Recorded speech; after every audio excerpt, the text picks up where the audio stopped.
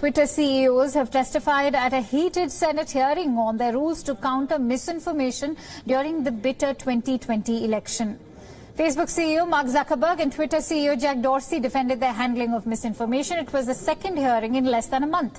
The two social media giants have come under fire from both the left and the right for their handling of political content during election. Senate Judiciary Committee Chairman Lindsey Graham said the social media giants acted as the ultimate editor.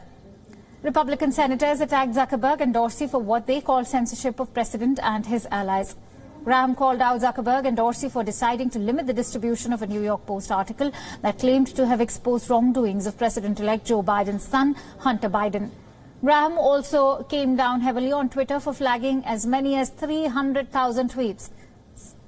Zuckerberg and Dorsey defended their content moderation practices. In fact, Dorsey said that Trump's tweets were flagged as part of efforts to combat disinformation.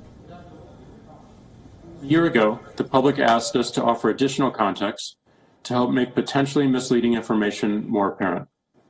We did exactly that, applying labels to over 300,000 tweets from October 27th to November 11th, which represented about 2.2% of all U.S. election-related tweets. We also changed how our product works in order to help increase context and encourage more thoughtful consideration before tweets are shared broadly.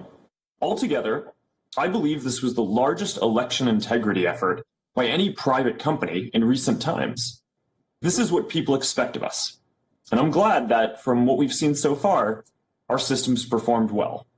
But election interference remains an ongoing threat that will never fully be solved, so we continue to improve with each election. Democrats, on the other hand, called out the two social media giants for letting Trump and his supporters spread misinformation. They pushed the companies to limit the spread of false and misleading content. We are required to help increase the health of the public conversation, while at the same time ensuring that as many people as possible can participate.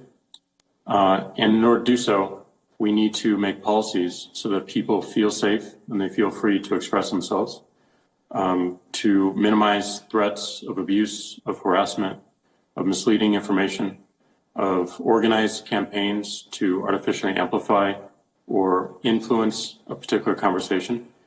And that policy creation, that enforcement, is challenging, but also it is more or less opaque to the public.